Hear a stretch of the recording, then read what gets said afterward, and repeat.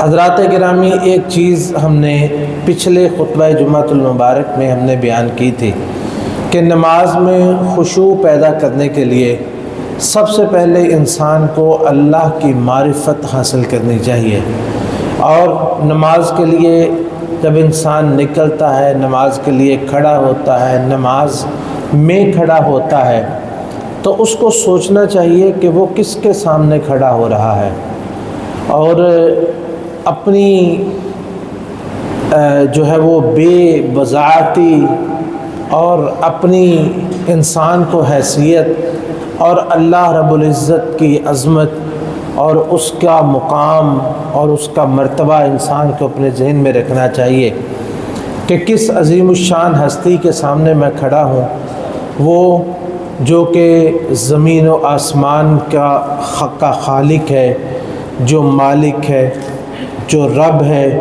جس کی عظمت کا کوئی اندازہ نہیں ہے، جس کے کلمات کا کوئی شمار نہیں ہے، جس کی عظمت الفاظ کے احاطے سے ورا اور برتر ہے، ایسی عظیم الشان ہستی کے سامنے میں کھڑا ہونے لگا ہوں۔ اور صرف یہ نہیں کہ میں اس کے سامنے کھڑا ہوتا ہوں، بلکہ وہ ذات مجھ سے مخاطب ہے، میں اس سے مخاطب ہوں، وہ مجھ سے مخاطب ہے۔ اور جیسا کہ رسول اللہ صلی اللہ علیہ وسلم نے فرمایا کہ جب کوئی نماز کے لیے کھڑا ہوتا ہے، سیدھی توجہ اللہ کی طرف کر لیتا ہے، تو اللہ رب العزت بھی اپنے چہرے کو اس شخص کی طرف کر لیتے ہیں، ما لم یلتفت، جب تک یہ ادھر ادھر منہ نہیں کرتا، اللہ رب العزت بھی اپنے چہرے کو اسی کی طرف کر کے رکھتے ہیں۔ اس لیے نماز کے لیے کھڑے ہوں تو سب سے پہلے اللہ رب العزت کی عظمت اور اس خالق کی شان اور بلندی اور مقام جو ہے وہ اپنے ذہن میں بٹھائیں۔ دوسری بات کہ نماز کے لیے آنے سے پہلے آپ نماز کے ماحول میں آئیں، نماز میں آنے سے پہلے نماز کے ماحول میں آئیں، اور اس کے لیے بہت سارے سٹیپ یا بہت سارے اقدام ہیں جو کرنے چاہیے۔ نمبر ایک، نماز کا ہمیں کیسے پتہ چلتا ہے کہ نماز کا وقت ہو گیا ہے؟ کس سے پتہ چلتا ہے؟ اذان سے۔ اذان ہوتی ہے تو فوری طور پہ ہمیں چاہیے کہ ہم اب اذان کی طرف متوجہ ہوں اور اذان سنیں اور اس کا جواب بھی دیں، اور جواب دینے کے بعد پھر وہ دعائیں پڑھیں جو رسول اللہ صلی اللہ علیہ وسلم نے ہمیں بتلائی ہیں۔ حضرت جابر ابن عبداللہ رضی اللہ تعالی عنہما روایت کرتے ہیں کہ رسول اللہ صلی اللہ علیہ وسلم نے ارشاد فرمایا،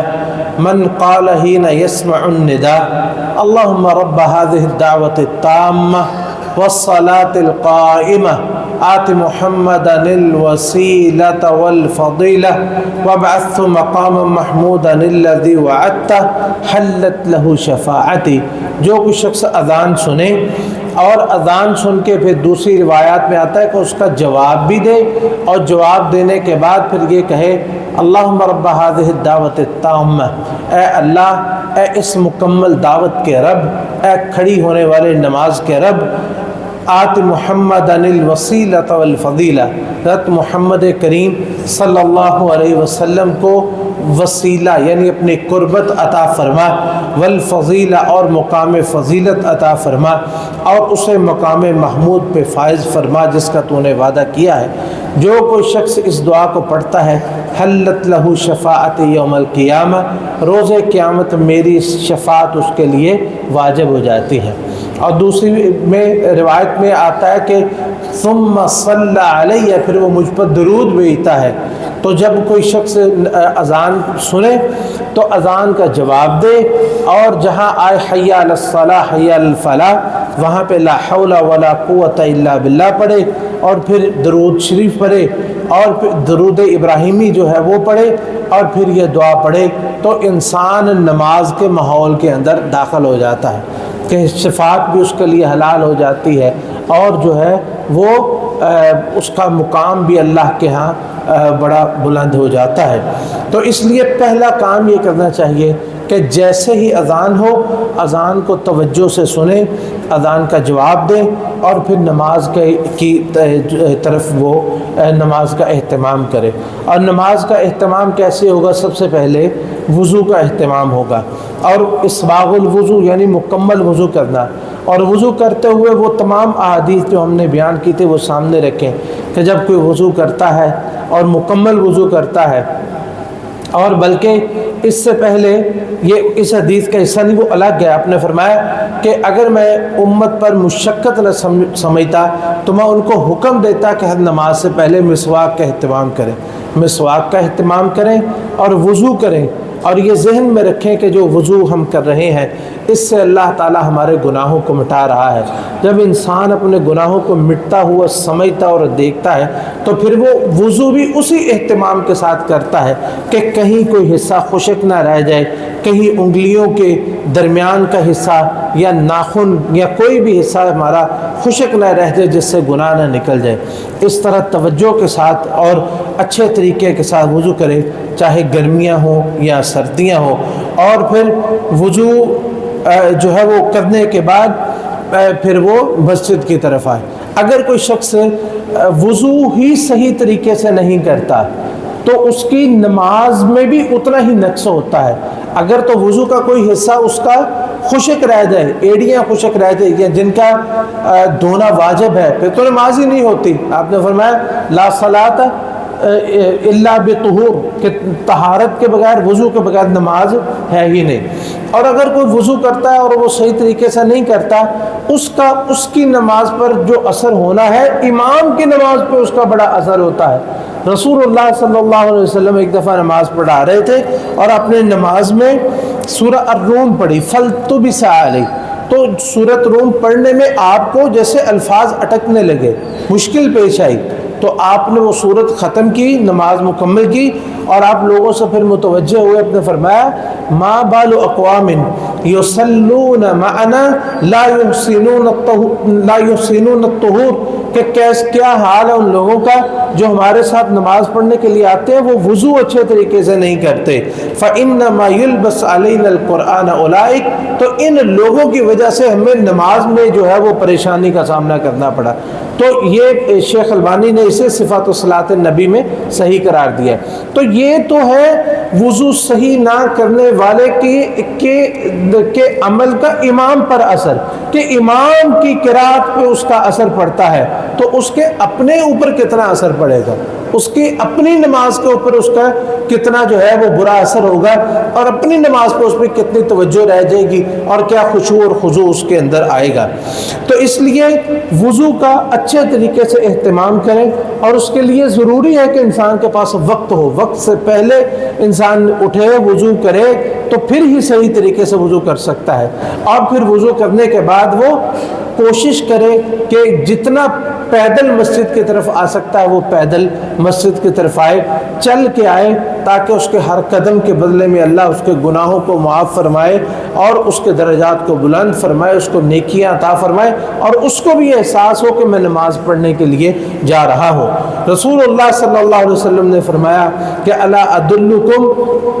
علی من یمحو اللہ بالخطایا ویرفع الدرجات، اللہ کہ میں تمہیں بتاؤں نا کہ اللہ رب العزت کس کے ساتھ انسان کے گناہوں کو معاف فرما دیتے ہیں اور اس کے درجات کو بلند فرما دیتے ہیں۔ صحابہ نے فرمایا کیوں نہیں؟ آپ نے فرمایا کہ اسباغ الوضوء علی المکارہ، کہ ناپسندیدہ حالات کے باوجود وضو مکمل کرنا، یعنی کہ سردی ہے اور ٹھنڈا پانی ہے پھر بھی وہ وضو مکمل کرتا ہے، یا گرمی ہے اور گرم پانی ہے، یہ بھی بہت سارے علاقوں میں ہوتا ہے کہ گرم ترین پانی ہوتا ہے، ہاتھ نہیں لگایا جاتا ہے، لیکن اس کے باوجود وہ مکمل وضو کرے۔ وَكَثْرَةُ الْخُطَىٰ إِلَى الْمَسَاجِدِ، اور مسجد کی طرف بہت زیادہ پیدل چل کے جائے، یعنی کوشش کرے کہ وہ پیدل ہی مسجد کی طرف جائے، چاہے وہ دور ہو یا نزدیک ہو، الا یہ کہ کسی کی کوئی مجبوری ہے یا رستہ ایسا نہیں درست صاف نہیں ہے یا کوئی بیمار ہے، کوشش کرنی چاہیے کہ وہ پیدل مسجد کی طرف جائے۔ وانتظار الصلاۃ بعد الصلاۃ، اور ایک نماز کے بعد دوسری نماز کا انتظار کرنا۔ فذلکم الرباط فذلکم الرباط فذلکم الرباط، اب نے فرمایا یہ اسی طرح ہے جس طرح اللہ کے رستے میں گھوڑے باندھ کے باندھنا یا اللہ کے رستے میں جہاد کی تیاری کرنا ہے۔ تو یہ چیز جو ہے، دو چیزیں اس میں بیان ہوئی ہیں۔ ایک کیا ہے کہ وضو اچھے طریقے سے کرنا جو پہلے بیان ہوا، اور دوسرا یہ کہ پیدل آنا، اور تیسری ایک اور چیز یہاں پہ ذکر ہوئی ہے، وہ کیا ہے؟ انتظار الصلاۃ بعد الصلاۃ، نماز کے بعد انتظار کرنا۔ اور ویسے بھی نماز کے لیے آپ دوسری حدیث میں آتا ہے کہ جب تک کوئی شخص مسجد میں نماز کے انتظار میں رہتا ہے وہ نماز کی حالت میں ہی رہتا ہے، وہ نماز کی حالت میں ہی رہتا ہے۔ تو اس لیے مسجد میں پہلے آئیں، اللہ تعالیٰ توفیق نصیب فرمائے، اور پہلے آ کے نماز کے ماحول کو سے پہلے نماز کا ماحول بنا لے، نماز سے پہلے نماز کے ماحول کے اندر داخل ہو۔ وہ کس طرح کہ آ کے تحیۃ المسجد پڑھے۔ اگر تو فجر یا ظہر کی نماز ہے تو پہلی سنتیں جو ہیں ان کو ادا کریں، اور اگر کوئی اور نماز ہے، جیسا اگر کوئی عصر سے پہلے آ جائے تو اس کو چاہیے کہ وہ 4 رکعت پڑھے، 4 رکعت پڑھ لے، کوئی اتنی جلدی اللہ کسی کو توفیق نصیب فرما دے۔ رسول اللہ صلی اللہ علیہ وسلم نے فرمایا کہ رحم اللہ امرأ صلی قبل العصر 4، اللہ رب العزت اس بندے پر رحم فرمائے جو عصر سے پہلے 4 رکعت پڑھتا ہے۔ تو یہ خواتین کو بھی یہ چاہیے کہ وہ یہ کام کریں، یہ گھروں میں جو خواتین نماز پڑھتی ہیں وہ بھی یہ کام کریں، پہلی سنتیں پہلی پڑھیں، اور وہ بھی نماز سے پہلے کوئی اگر کوئی نوافل پڑھے تو ان کے لیے بھی جو ہے وہ درست ہے کہ نماز سے پہلے وہ پہلی سنتیں پڑھ لیں یا ویسے نوافل پڑھ لیں، جیسے کہ رسول اللہ صلی اللہ علیہ وسلم نے فرمایا بین کل اذانین الصلاۃ، ہر 2 اذانوں کے درمیان نماز ہے۔ تو پہلی اذان جو ہے وہ کون سی ہے؟ وہ جو اذان جس کو کہتے ہیں، دوسری ہم جسے تکبیر بولتے ہیں وہ اقامت الصلاۃ ہے۔ تو ان کے درمیان جو ہے وہ نماز ہونی چاہیے،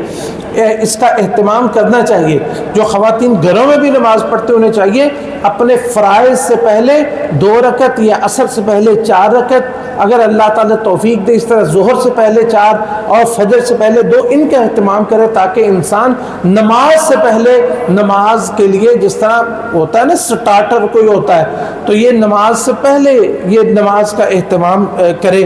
اور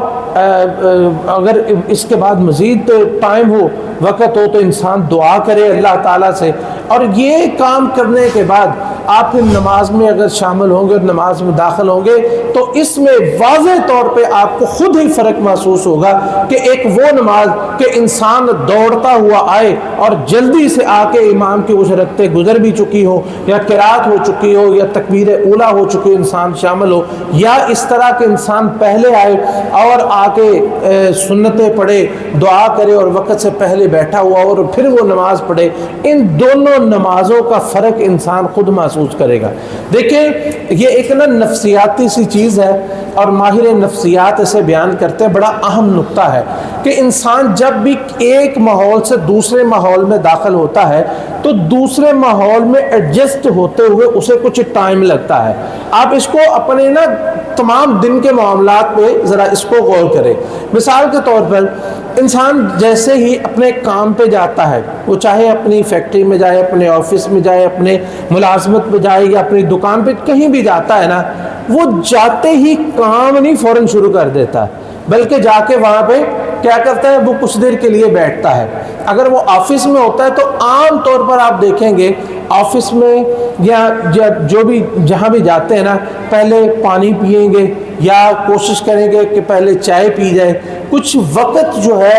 انسان کو جس ماحول میں بھی جاتا ہے وہاں پہ ایڈجسٹ ہوتے ہوئے لگتا ہے، حتیٰ کہ انسان اپنے گھر میں آتا ہے، کام کے بعد گھر میں آتا ہے تو آ کے سب سے پہلے انسان بیٹھ جاتا ہے اور بیٹھ کے کچھ لمحات ایسے گزارتا ہے کہ بالکل خاموشی کے ساتھ ارد گرد کے ماحول کا، حالانکہ اپنا گھر ہوتا ہے، وہ جائزہ لیتا ہے، دیکھتا ہے سب کو، اور پھر کچھ وقت کے بعد وہ گفتگو شروع کرتا ہے اور کچھ وقت کے بعد جو ہے وہ اپنے کھانا کھانا ہو یا جو بھی کرنا ہو وہ کرتا ہے۔ اسی طرح آپ دیکھیں کسی کے ساتھ آپ کی میٹنگ ہے یا ملاقات ہے تو آپ اس کے پاس جائیں گے، جب وہ آپ کے پاس آئے گا سب سے پہلے ہاں جی اسلام ہوگی، کیا حال چال ہے، خیریت سے ہیں، کیسے معاملات، یہ یعنی کہ کرنے کے بعد ایڈجسٹ ہونے میں تھوڑا سا ٹائم لگتا ہے۔ تو یہ دنیا کے تمام معاملات میں ایسے ہوتا ہے۔ اور جو سمجھدار لوگ ہیں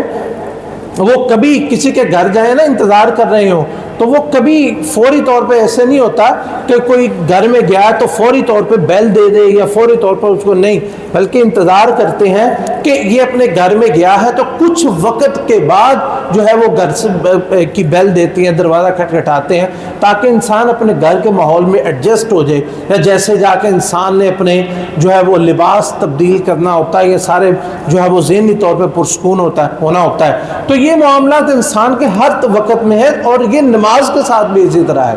کہ نماز کے لیے آنا ہے تو مسجد کے ماحول کے ساتھ اور نماز کے ماحول کے ساتھ ایڈجسٹ ہونے کے لیے ہمیں ایڈوانس کچھ وقت چاہیے ہوتا ہے کہ ہم پہلے آئیں، تحیت المسجد پڑھیں یا جو ہے سنتیں پڑھیں اور کچھ وقت نماز کا انتظار کریں اور پھر نماز پڑھیں۔ اس وقت میں، اس نماز میں اور اس نماز میں جو کہ پورے وقت پہ آنا یا وقت سے بھی لیٹ آ کے پڑھنا جو ہے وہ اس میں بڑا فرق ہوتا ہے۔ اور یہ چیز بھی جو ہے وہ آزمائی ہوئی ہے، تجربہ شدہ ہے، اور ماہرین نفسیات بھی اس کو بیان کرتے ہیں کہ انسان جب ایک ماحول سے دوسرے ماحول میں آتا ہے نا، تو جیسے میں نے پہلے بیان کیا، پچھلے ماحول کے اثرات بھی کچھ لمحے تک جب نئے ماحول میں بھی انسان کے اوپر رہتے ہیں، کافی جو ہے وہ کچھ لمحے ہو چاہے وہ کچھ منٹ ہو، پچھلے ماحول کے اثرات اس کے اوپر ہوتے ہیں۔ اگر انسان دکان سے اٹھ کے آتا ہے نا، مثال کے طور پر دکان سے اٹھ کے فوراً آ جاتا ہے، تو وہ دکان کا حساب اور پچھلی گفتگو جو اس کی دکان کی اپنے دکان کسی گاہک کے ساتھ ہوئی ہوتی ہے یا اپنے گھر میں ہوتی ہے، کتنی دیر تک انسان اپنے ذہن میں اس کو ہی دہراتا رہتا ہے، تو نماز میں اس کی توجہ کیسی ہونی ہے؟ اس لیے پہلے آ کے انسان، اور دیکھیں اگر وہ آ کے تحیت المسجد پڑھتا ہے اور مسجد میں بیٹھتا ہے، اذکار کرتا ہے، تو نماز کے لیے جب کھڑا ہوگا تو اس کے ذہن میں پچھلی گفتگو نماز کی ہوگی اور پچھلی سوچ اذکار کی ہوگی یا پچھلی سوچ اس کی دعا کی ہوگی جو اس نے کی ہے۔ بات کو سمجھ رہے ہیں نا کہ کس طرح انسان کو نماز میں خشوع پیدا کرنے کے لیے انسان کو وقت سے پہلے نماز کے لیے آنا چاہیے، اور چاہے وہ گھر میں پڑھے نماز یا باہر پڑھے۔ اس لیے حتیٰ کہ دیکھیں ایک چیز ہے، کبھی اس کی وجہ تو بیان نہیں ہوئی، لیکن یہ حدیث میں آتا ہے کہ رسول اللہ صلی اللہ علیہ وسلم آپ جب تہجد کی نماز پڑھنے کے لیے کھڑے ہوتے تھے نا، تو سب سے پہلے آپ 2 رکعت نماز پڑھتے تھے، چھوٹی چھوٹی 2 رکعت چھوٹی چھوٹی آپ پڑھا کرتے تھے، اور یہی تو پھر اس کے بعد آپ تہجد کی نماز پڑھتے تھے۔ اور یہی حکمت ہے کہ یہ ظہر کی نماز جو ہے اور فجر کی نماز، ان سے پہلے سنتیں اور باقی نمازوں میں بعد ہے۔ آپ اس میں ذرا ایک غور و فکر کریں، کیونکہ دیکھیں عشاء کی نماز اور فجر کی نماز جو ہے اس میں بہت زیادہ فاصلہ ہوتا ہے، بہت زیادہ وقت ہوتا ہے، اس لیے فجر کی نماز میں شامل ہونے سے پہلے سنتیں ہیں، اور اسی طرح فجر اور ظہر کی نماز اس میں کافی جو ہے وہ وقت کا فاصلہ آ جاتا ہے، کافی وقت اس میں آ جاتا ہے، اس لیے اس سے بھی پہلے سنتیں ہیں۔ اور جو پھر ظہر کے بعد عصر، مغرب اور عشاء وہ قریب قریب ہی ہوتی ہیں، اس لیے ان سے پہلے سنتیں نہیں ہے، نوافل دوسرے جو نبی علیہ الصلوۃ والسلام سنن رواتب جسے ہم کہتے ہیں، وہ ان 2 نمازوں سے پہلے، جن سے پہلے جو ہے وہ کافی وقفہ آتا ہے دوسری نماز سے۔ تو یہ چیز جو ہے اس کا خصوصی اہتمام کرے کہ وقت سے پہلے مسجد میں پہنچنا اور وقت نماز سے پہلے جو ہے وہ اذکار یا سنتیں یا ان چیزوں کا اہتمام کرنا۔ حضرات گرامی، نماز کے اندر خشوع پیدا کرنے کے لیے انسان کو احسان کا مرتبہ پہچاننا چاہیے۔ احسان کیا ہے؟ حدیث جبریل آپ نے کئی دفعہ سنی ہے کہ جبریل علیہ السلام انسانی شکل میں آئے اور رسول اللہ صلی اللہ علیہ وسلم سے آ کے کچھ سوالات کیے۔ ان سوالات میں ایک تھا کہ اسلام کیا ہے، ایمان کیا ہے، آپ نے دونوں کے ارکان بتلائے، اور پھر پوچھا احسان کیا ہے؟ تو آپ نے فرمایا کہ احسان یہ ہے کہ ان تعبد اللہ کأنک تراہ فإن لم تکن تراہ فإنہ یراک، کہ تم اللہ کی اس طرح عبادت کرو گویا کہ تم اللہ کو دیکھ رہے ہو۔ فإن لم تکن تراہ، اگر تم اپنے اندر یہ احساس پیدا نہ کر سکو کہ اللہ تمہیں دیکھ رہا ہے، تو یہ ذہن میں رکھو کہ تم اللہ کو دیکھ رہے ہو، یہ احساس پیدا نہ کر سکو تو یہ احساس پیدا کرو کہ اللہ تعالیٰ تمہیں دیکھ رہا ہے۔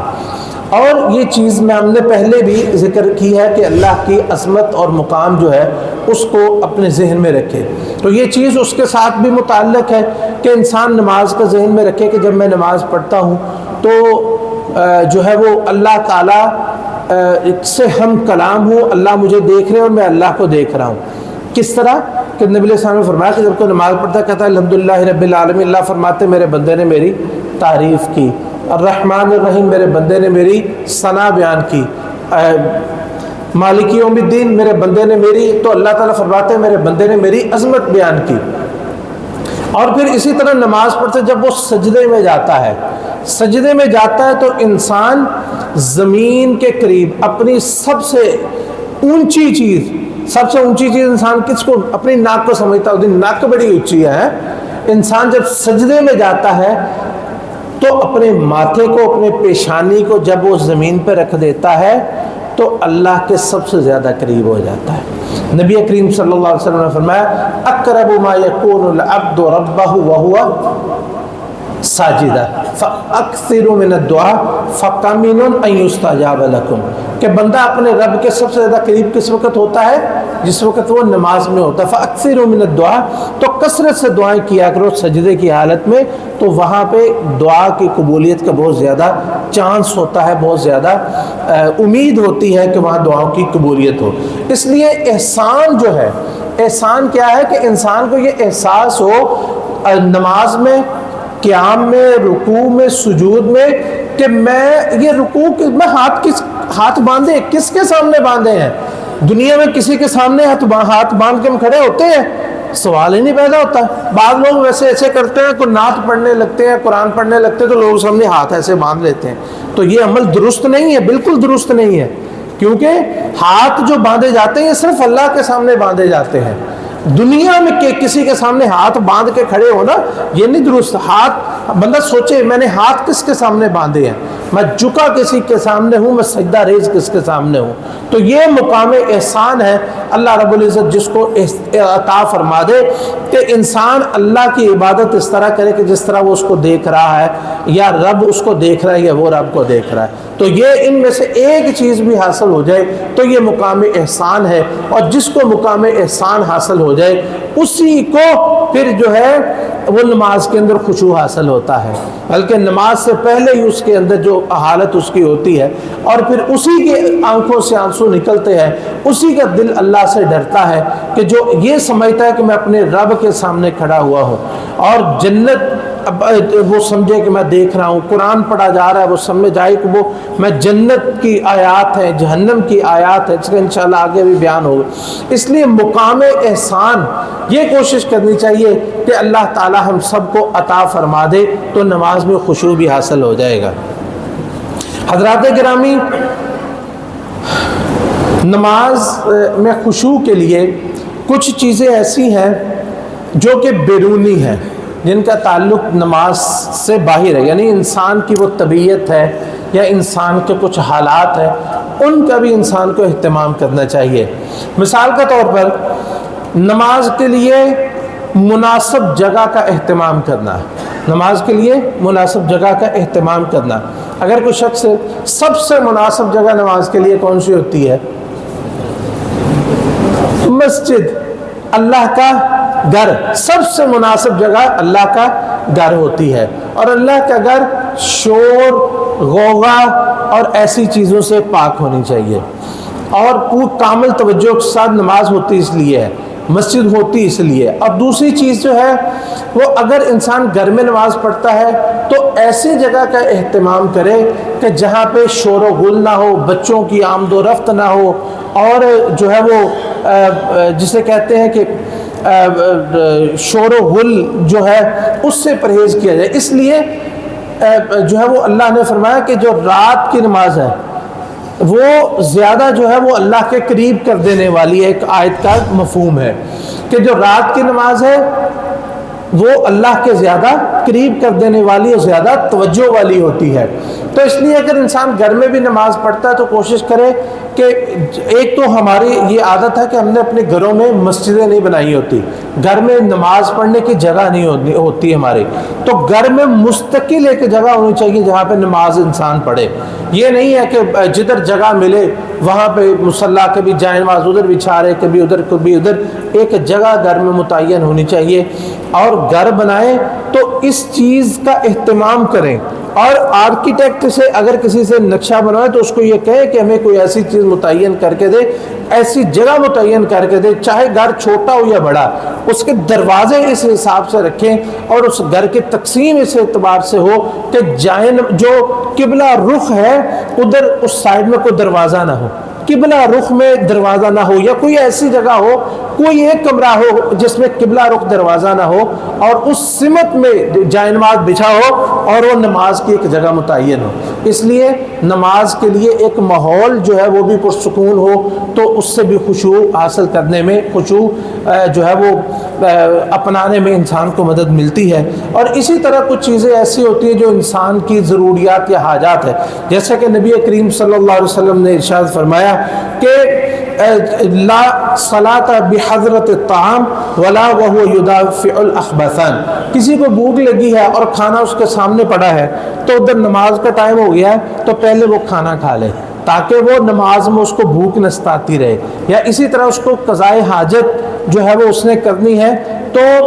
وہ پہلے قضائے حاجت سے فارغ ہو. یہ نہ ہو کہ نماز میں وہ اپنا جو ہے وہ حاجت جو ہے وہ اسی کو پر اس کی توجہ رہے اور اسی کو وہ روکتا رہے. اس لیے ان چیزوں کا اہتمام جو ہے وہ بہت ضروری ہے. اور اس کے ساتھ ساتھ جو ہے وہ انسان کو چاہیے کہ وہ خشوع حاصل کرنے کے لیے نماز کے جو الفاظ ہیں اور نماز کے اندر جو پڑھا جاتا ہے اس کا معنی اور مفہوم اس کا پتہ ہونا چاہیے. ہم دنیا میں سارا کچھ پڑھتے ہیں, عمریں گزر جاتی ہیں کہ ہمیں نماز کا معنی اور مفہوم اس کا نہیں پتہ چلتا, اور کئی دفعہ ہم اس کی کوشش کرتے ہیں سکھانے کی, پڑھانے کی, لیکن لوگوں کی بے رغبتی جو ہے وہ اتنی زیادہ ہوتی ہے کہ کئی دفعہ تو دل ہی ٹوٹ جاتا ہے کہ ہم ان کو کس کی طرف توجہ دلا رہے ہیں اور یہ توجہ اس کی طرف کرتے ہی نہیں ہیں. تو اس لیے نماز کا معنی اور مفہوم یہ ہر بندے کو پتہ ہونا چاہیے کہ وہ اپنے رب سے مخاطب کیا ہو رہا ہے, اپنے رب کو کہہ کیا رہا ہے, اور وہ اپنے رب سے کون کون سے الفاظ. حقیقت ہے کہ انسان اگر صرف نماز ہی توجہ سے پڑھنا شروع کر دے تو نماز کے اندر جو دعائیں ہیں اور جو اللہ کی عظمت ہے اس کی شان اور مقام بیان ہوتا ہے تو یہی انسان کے اندر خشوع اور خضوع پیدا کرنے کے لیے یہی چیز کافی ہے. اللہ تعالیٰ ہمیں اس کی توفیق نصیب فرمائے, ہمیں اپنی نمازوں کا اہتمام اور اس کا خصوصی طور پر ان نمازوں کے اندر خشوع اور خضوع پیدا فرمائے. حضرات گرامی, نماز میں خشوع و خضوع اس کے پیدا کرنے کے لیے ہم نے ایک تو ذکر کیا تھا کہ نماز کا معنی اور مفہوم انسان کو معلوم ہونا چاہیے. اس کے ساتھ ساتھ یہ ہے کہ نبی علیہ الصلاۃ والسلام سے نماز میں مختلف دعائیں منقول ہیں. مثلا افتتاح جو شروع میں دعائیں ہیں وہ بہت ساری ہیں, اور اسی طرح رکوع کی بہت ساری دعائیں ہیں, سجدے کی بہت ساری دعائیں ہیں,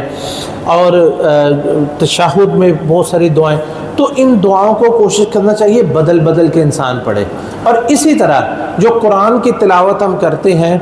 کچھ لوگ ہوتے ہیں پوری زندگی ایک ہی صورت, ایک یا دو صورتیں یاد ہے وہی جو ہے وہ آٹومیٹکلی پڑھتے رہتے ہیں. تو ان صورتوں کا بھی اہتمام کرنا چاہیے, بدل بدل کے دعائیں پڑھنی چاہیے اور بدل بدل کے صورتیں پڑھنی چاہیے. جب ہم دعاؤں کو بدلیں گے اور صورتوں کو بدلیں گے تو ہماری توجہ بھی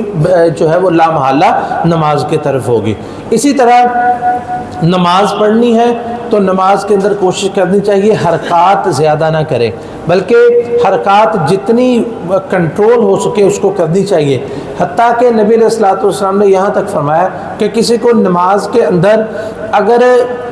جو ہے وہ جمائی آتی ہے تو اس کو چاہیے کہ وہ جمائی کو روک لے, اور اگر آ بھی جائے تو اپنا منہ کھول کے جمائی اس طرح نہ لے کہ اس کے منہ سے آواز نکلے.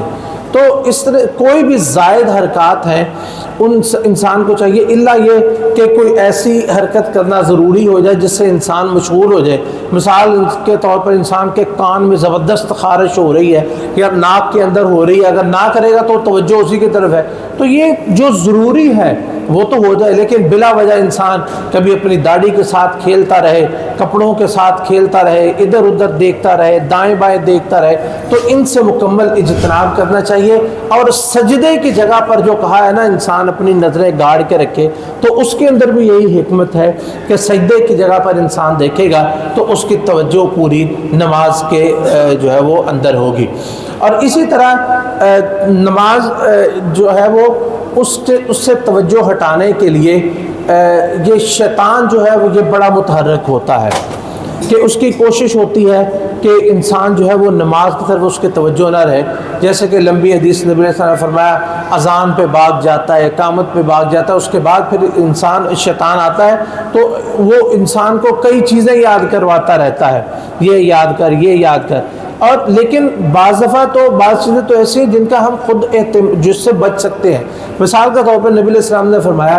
کہ کسی کو شیطان نماز میں وہم آئے تو اس کو چاہیے کہ وہ اپنے بائیں طرف 3 دفعہ تفل کرے. تفل یہ ہوتا ہے کہ پھونک جس میں ہلکا سا تھوک ہو، جیسے اس طرح کر کے یہ والی چیز. تو اور ساتھ پڑھے اعوذ باللہ من خنزب، اعوذ باللہ من خنزب، کیونکہ یہ خنزب وہ شیطان ہے یا شیطانوں کے اس ٹولے کا نام ہے جس کا کام ہی نماز کے اندر وہم ڈالنا ہے. اعوذ باللہ من خنزب کہہ کے 3 دفعہ اپنے بائیں طرف ہلکا سا وہ پھونک مارے جس کے اندر تھوڑا سا تھوک بھی شامل ہو، اس کو تفل کہتے ہیں عربی زبان میں. اور اسی طرح دوسری چیز جو ہے وہ شیطان کو بھگانے کے لیے یہ ہے کہ صف بندی کا اہتمام کیا جائے. اگر نماز کے اندر نبی علیہ السلام نے فرمایا پاؤں کے ساتھ پاؤں ملائیں، کندھے کے ساتھ کندھا ملائیں، اور اس طرح اپنے نمازوں کے اندر صحابہ کو ملایا.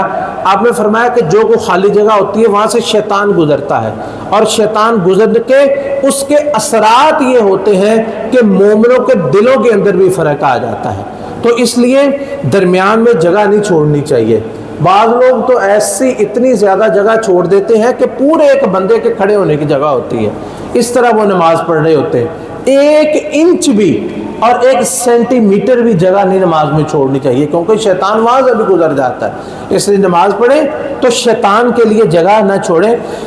ایک تو دائیں بائیں ہے وہ وہاں جگہ نہ چھوڑیں کہ صف کے ساتھ صف ملائیں، اور دوسرا سامنے جگہ نہ چھوڑے. سامنے ایک جگہ کیسے نہیں چھوڑی جاتی؟ نبی علیہ الصلوۃ والسلام نے فرمایا اذا صلی احدکم الی سترۃ فلیدن منہ، جب کوئی نماز پڑھے تو سترہ کی طرف، ایک تو حدیث میں الفاظ آتے ہیں کہ سترہ کی طرف پڑھے، سترہ رکھے، سامنے کوئی چیز رکھے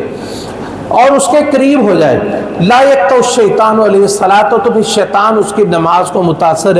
نہیں کرتا جب کوئی انسان سترہ رکھتا ہے. اگر امام نے سترہ رکھا ہے تو وہ